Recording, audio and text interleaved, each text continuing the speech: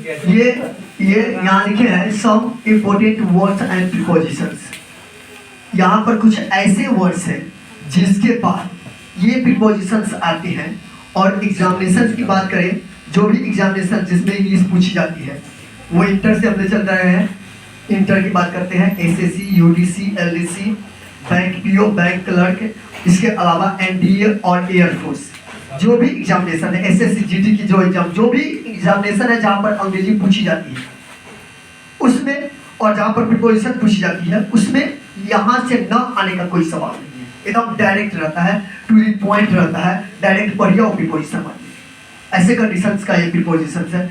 और इंटर वाले के लिए तो खैर मत पूछिए, आप क्वेश्चन बैंक भी देखिएगा तो पता चल जाएगा। चाहे आप किसी भी कंपटीशन की बात करते हैं, अगर देखिएगा क्वेश्चन बैंक होगा जो तैयारी करना चाहता है उसमें निश्चित रूप से इसमें रहेगा, एकदम टू द पॉइंट। तो ये सारे वर्ड्स हैं और इसके बाद या इसके पहले लगने वाले प्रीपोजिशंस हैं जो लगभग 99% यही आता है। तो आप इसको 2-4 बार देख लेंगे, एग्जामिनेशन में डायरेक्ट होगा, क्रैक कर सकते हैं एग्जामिनेशन। चलिए तो देखते हैं। एग्री विथ, एग्री का मतलब होता है सहमत होना। एग्री विथ पर्सन, ये बात हम पहले भी बताया आप लोगों को। अगर किसी व्यक्ति से सहमत होते हैं तो वहां एग्री के साथ क्या देते हैं, with. I agree with you, I agree with Ram. और किसी व्यक्ति से नहीं बल्कि उसके प्रस्ताव से सहमत होते हैं तो एग्री के बाद आने वाला प्रीपोजिशन क्या होता है, to. I agree to this proposal, मैं इस प्रस्ताव से सहमत हूँ। नेक्स्ट है एंग्री विथ, एंग्री माने नाराज या गुस्सा होना। तो एग्री के साथ अगर आ गया कोई पर्सन तो विथ लगाएंगे। एग्री के साथ अगर कोई पर्सन आ गया तो with. I agree with Mohan, मैं मोहन से नाराज हूँ। एट लगता है तो समझिए वर्क, यानी कोई भी व्यक्ति किसी के काम से नाराज है तो वहाँ एंग्री के साथ क्या लगता है, at. I angry at this work, मैं इस काम से नाराज हूँ, नाखुश हूँ, ऐसे अर्थ में। बी बेयर, बी बेयर मतलब होता है सावधान रहना। बी बेयर के बाद आने वाला प्रीपोजिशन हमेशा ऑफ होता है। बी बेयर ऑफ डॉग्स, कुत्तों से सावधान रहो। अफ्रेड, अफ्रेड के बाद भी आने वाला प्रीपोजिशन ऑफ होता है। अफ्रेड का मतलब होता है भयभीत। He is afraid of snakes, वह सांप से भयभीत है या सांप से डरा हुआ है। तो बी बेयर के बाद ऑफ और अफ्रेड के बाद ऑफ। फॉन्ड, फॉन्ड के बाद आने वाला प्रीपोजिशन भी होता है ऑफ। फॉन्ड ऑफ यानी फॉन्ड का मतलब शौकीन होना। I am fond of singing, I am fond of playing. तो फॉन्ड के बाद आने वाला प्रीपोजिशन क्या होता है, ऑफ। गिल्टी, गिल्टी का मतलब होता है दोषी। गिल्टी के बाद आने वाला प्रीपोजिशन ऑफ होता है। He is guilty of murder, ठीक है। तो गिल्टी के बाद आने वाला प्रीपोजिशन क्या होता है, होपफुल। होपफुल, होपफुल के बाद भी ऑफ होता है। He is hopeful of winning. Hopeful के बाद आने वाला प्रीपोजिशन क्या होता है, ऑफ। आगे याद रखिएगा। डाई, यहाँ डाई का 3 कंडीशन है।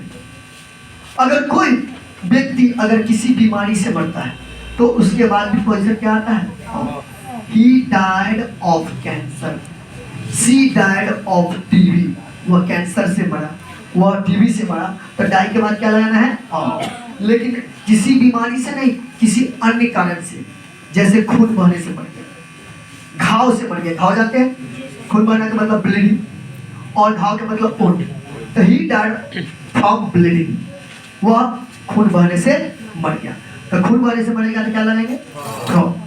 अगर कोई एक्सीडेंट में मरता है तो एक्सीडेंट में die in an accident. Ramesh died in an accident, Ramesh accident में मर गया। तो एक्सीडेंट रहेगा तो इन, ब्लीडिंग वुंड रहेगा तो फ्रॉम, और बीमारी का नाम रहेगा तो क्या लेंगे, ऑफ। चलिए आगे देखते हैं। हाँ, ये बड़ी इंपॉर्टेंट बात है।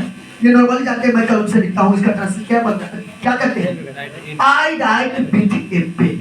लेकिन अगर ऐसा ट्रांसलेशन हो कि वह स्याही से लिखता है, मैं स्याही से लिखता हूँ, इंक से लिखता हूँ जिसको, तो आई राइट इन इंक होता है। हमेशा याद रखिए, राइट इन इंक। अगर इंक दिया है तो इससे पहले क्या लगाएंगे, इन। और पेन दिया है तो क्या लगाएंगे, ये तो आप जानते हैं पहले, विथ। ये बात हम आपको वॉइस में भी पढ़ा दी। ये पॉइंट्स याद होना चाहिए आप लोगों को, नहीं याद है याद कर लो। अमेज, सरप्राइज, शॉक, एस्टोनिश के बाद आने वाला प्रीपोजिशन क्या होता है, he is surprised at his result. Ram is amazed at the sight. तो अमेज, सरप्राइज, शॉक और एस्टोनिश के बाद आने वाला प्रीपोजिशन क्या होता है, एट। हमेशा याद रखिएगा। लेकिन सरप्राइज, अमेज के पहले प्रीपोजिशन में देना है। तो उसके पहले क्या आएगा? With. He saw me with amazement, उसने मुझे आश्चर्य से देखा। ठीक है, I saw him with surprise, मैंने उसे आश्चर्य से देखा। तो अमेजमेंट या सरप्राइज के पहले अगर प्रीपोजिशन देना हो तो हम क्या देते हैं? With. Please content satisfied, please content satisfied के बाद आने वाला प्रीपोजिशन विथ होता है, हमेशा याद रखें। आई am very please with you, is content या ही सेटिस्फाइड विथ हिज रिजल्ट, वो अपने रिजल्ट से संतुष्ट है। मैं तुमसे सहमत हूँ या मैं तुमसे खुश हूँ, तो वहां क्या हो जाएगा? विथ। ध्यान रखिए, यानी कि फुल ऑफ और फिल विथ होता है। कोई भी चीज भरा हुआ है, जैसे बोलते हैं यह बाल्टी पानी से भरा हुआ है, तो this bucket is full of water. यह गिलास दूध से भरा हुआ है, तो this glass is full of milk. तो फुल रहेगा तो क्या लगाएंगे? ऑफ। लेकिन फिल रहेगा तो क्या लगाएंगे? Fill this glass with water, इस गिलास को पानी से भर दो। ठीक है, कभी कभी फिल के बाद इन भी होता है, आप लोग हमेशा प्रयोग करते हैं, फिल इन द ब्लैंक्स। आता है ना, फिल इन द ब्लैंक्स, वहां तो याद रखिएगा फुल ऑफ, फिल विथ या फिल इन भी होता है। हाँ, कोई अगर बीमार है बुखार से या किसी भी बीमारी से बीमार है, तो उसमें इल के बाद हम विथ लगाते हैं। जैसे he is ill with fever, he is ill dot dot रहेगा, तो he is ill with fever, he is ill with cancer, he is ill with, मरने की बात नहीं हो रही है, मरने के लिए तो यहाँ है, लेकिन बीमार रहता है तो he is ill with fever. चलिए आगे देखते हैं। डिपेंड, बैंक और रिलाई, सबके बाद आने वाला प्रीपोजिशन ऑन होता है। डिपेंड ऑन मतलब निर्भर रहना, बैंक ऑन मतलब निर्भर रहना, रिलाई ऑन जो मतलब होता है निर्भर रहना। I don't depend on him, you should not rely on anybody. ऐसे बोलते हैं, तुम्हें किसी पर निर्भर नहीं रहना चाहिए। अब मैं किसी पर, यार मैं तुम पर निर्भर नहीं हूँ। कभी कभी डिपेंड के बाद अपॉन भी होता है, लेकिन ज्यादा on. Depend on, bank on, rely on. Interest के बाद इन आता है, इंटरेस्ट के बाद आने वाला प्रीपोजिशन क्या होता है? इन। इंटरेस्ट के बाद आने वाला प्रीपोजिशन क्या होता है? इन। आई डोंट टेक इंटरेस्ट या I am not interested in this game, मुझे इस गेम में कोई रुचि नहीं है। तो इंटरेस्ट के बाद क्या आता है? इन। टेस्ट के बाद फॉर आता है, टेस्ट के बाद क्या आता है? टेस्ट के बाद आने वाला प्रीपोजिशन फॉर होता है, ऑफ के बराबर होता है, फॉर। क्वालिफाइड फॉर, क्वालिफाइड का मतलब होता है योग्य। He is qualified for this job, वह इस नौकरी के योग्य है। ठीक है, तो क्वालिफाइड का मतलब होता है योग्य, तो क्वालिफाइड क्या होगा? फॉर। फिट फॉर, फिट के मतलब भी होता है योग्य, लायक। Is not fit for this post, वो इस पोस्ट के लायक नहीं है, तो फिट के बाद क्या देते हैं? फॉर। प्रिपेयर, प्रिपेयर के बाद फॉर, ये तो बहुत इंपॉर्टेंट है। I am preparing for the examination, you all are preparing for board examination, तुम लोग बोर्ड के एग्जामिनेशन की तैयारी कर रहे हो। ठीक है, तो प्रिपेयर के बाद क्या आता है? फॉर। प्रिपेयर के बाद क्या आता है? फॉर। यहाँ देखेंगे एबल टू, एबल के बाद क्या आता है? टू। लाइएबल, एबल का मतलब योग्य, लाइएबल का मतलब योग्य, कैपेबल का मतलब योग्य। एबल टू, लाइएबल के to, he is able to do this work, I am liable to do this work, ऐसे बोलते हैं। और कैपेबल के बाद ऑफ होता है, he is capable of doing this work, ऐसे बोलते हैं। अक्सर लाइएबल और एबल के बाद टू लगाते हैं, लेकिन कैपेबल क्या रहेगा? तो ऑफ रहेगा। लाफ, लाफ के बाद प्रीपोजिशन ऑफ आता है। डोंट लाफ एट मी, मुझ पर मत हंसो। We should not laugh at the poor, हमें गरीबों पर नहीं हंसना चाहिए।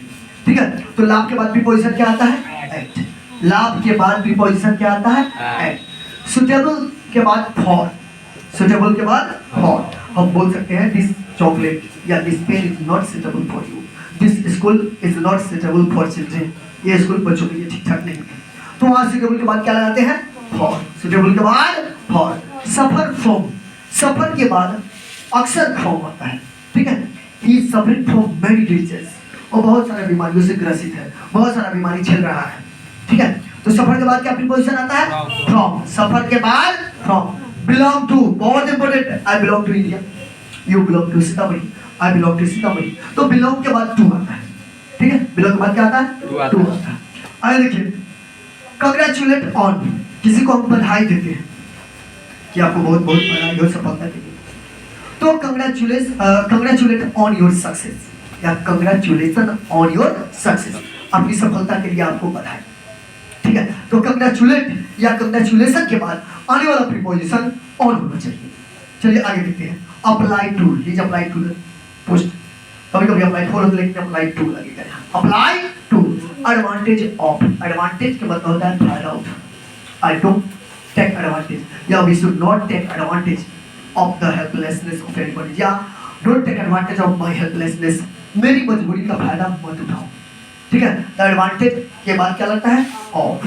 एडवांटेज के बाद ऑफ लगता है। Grateful to, I am very grateful to you for this kind of act, मैं आपके इस प्रकार के कार्य के लिए बहुत बहुत आभारी हूं। तो ग्रेटफुल के बाद आने वाला प्रीपोजिशन क्या होता है?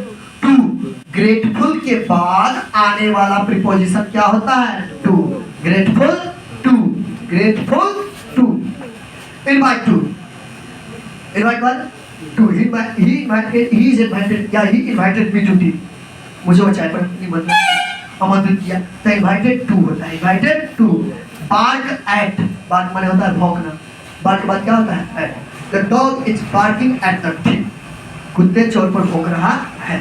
तो यहाँ bark के बाद क्या लगता है? at। bark के बाद at। आगे देखेंगे प्राउड ऑफ, ये बड़ी कॉमन वर्ड है। और प्राउड के बाद आने वाला प्रीपोजिशन क्या होता है? I am proud of my country, मुझे अपने देश पर गर्व है। I am proud of my family, मुझे अपने परिवार पर गर्व है। तो प्राउड के बाद क्या लगता है? ऑफ। लेकिन प्राउड के बदले प्राइड आ जाए, इसका भी मतलब तो नहीं होता है गर्व या गर्व। तो प्राइड के बाद क्या आता है? प्राइड के बाद क्या आता है? तो प्राउड के बाद आने वाला प्रीपोजिशन ऑफ, और प्राइड के बाद आने वाला preposition in. Confide in, confide पर विश्वास करना, I confide in, he confides in me, मुझ पर विश्वास करता है, वो मुझ पर भरोसा करता है। तो confide के बाद आने वाला प्रीपोजिशन क्या होना चाहिए? sure of, he is sure of winning the match, वह मैच जीतने का पूरा आश्वस्त है। तो sure के बाद आने वाला प्रीपोजिशन क्या होता है? of। sure के बाद आने वाला प्रीपोजिशन क्या होता है? of। circumstances, circumstances का हिंदी होता है परिस्थिति, और circumstances से पहले जो प्रीपोजिशन आता है, बहुत इंपॉर्टेंट बात बता रहे हैं, circumstances से पहले जो प्रीपोजिशंस आते हैं वो प्रीपोजिशंस क्या होते हैं? Under. men are slaver under circumstances, या under the circumstances, लोग या आदमी परिस्थिति का गुलाम होता है। ठीक है, ये वाक्य है। तो circumstances से पहले जो हम प्रीपोजिशन डालते हैं वो क्या होता है? अंडर। कंट्रोल, कंट्रोल के बाद आने वाला प्रीपोजिशन क्या होता है? Over. he has no control over his children, उसे उसके अपने बच्चों पर कोई माने नियंत्रण नहीं है। तो कंट्रोल के बाद क्या लगाते हैं? ओवर। बैकवर्ड, बैकवर्ड का मतलब होता है पिछड़ा होना। बैकवर्ड का मतलब क्या होता है? पिछड़ा होना। he is backward in English, most students are backward in English, बहुत सारे विद्यार्थी अंग्रेजी में पिछड़े होते हैं, बहुत सारे विद्यार्थी अंग्रेजी में पिछड़े होते हैं। आगे देखिए, उसको लगा दो। गुड एट, गुड के बाद आने वाला प्रीपोजिशन एट लगाते हैं। He is good at tennis, he is good at cricket, he is good at क्या कहते हैं? ज्योग्राफी, फिजिक्स, ऐसे बोलते हैं। वो ज्योग्राफी में ठीक है, टेनिस में ठीक है। तो गुड के बाद अगर प्रीपोजिशन देते हैं तो गुड के बाद क्या देंगे? एट। लेकिन इंटेलिजेंट रहेगा तो क्या देंगे? He is intelligent in study, वो पढ़ाई लिखाई में ठीक है। ठीक है, he is intelligent in geography, वो ज्योग्राफी में तेज है। ठीक नहीं, तेज है। तो इंटेलिजेंट के बाद प्रीपोजिशन क्या आता है? इन। फायर के पहले प्रीपोजिशन क्या आता है? On. On fire, on fire. तो ये ध्यान देंगे, ये सारे प्रीपोजिशन जो हम आपको बता रहे हैं मतलब हर एग्जामिनेशन पॉइंट ऑफ व्यू के लिए बहुत इंपॉर्टेंट है। हर ये इंटर के बाद जब भी जाइएगा, ऐसा कोई एग्जाम में नहीं है जिसमें अंग्रेजी पूछी जाए और जिसमें प्रीपोजिशन नहीं आता हो, तो उसमें निश्चित रूप से रहेगा आपके इंटर एग्जामिनेशन में भी डायरेक्ट डाइड और कैंसर रहेगा तो डाई ऑफ कैंसर, इल और फीवर रहेगा तो ill with fever, I am proud about my country तो I am proud of my country, direct hit होगा। तो इसलिए एग्जामिनेशन पॉइंट ऑफ व्यू से ये सारे प्रिपरेशन बहुत बहुत इंपॉर्टेंट है हर स्टूडेंट्स के लिए। आगे जब भी आप जाएंगे और किसी भी कंपटीशन में आप किसी भी कंपटीशन की तैयारी करेंगे तो उसमें निश्चित रूप से इसकी जरूरत पड़ेगी और आप लोगों को मदद करेगी। तो इसे ध्यान से सब लोग पढ़िए।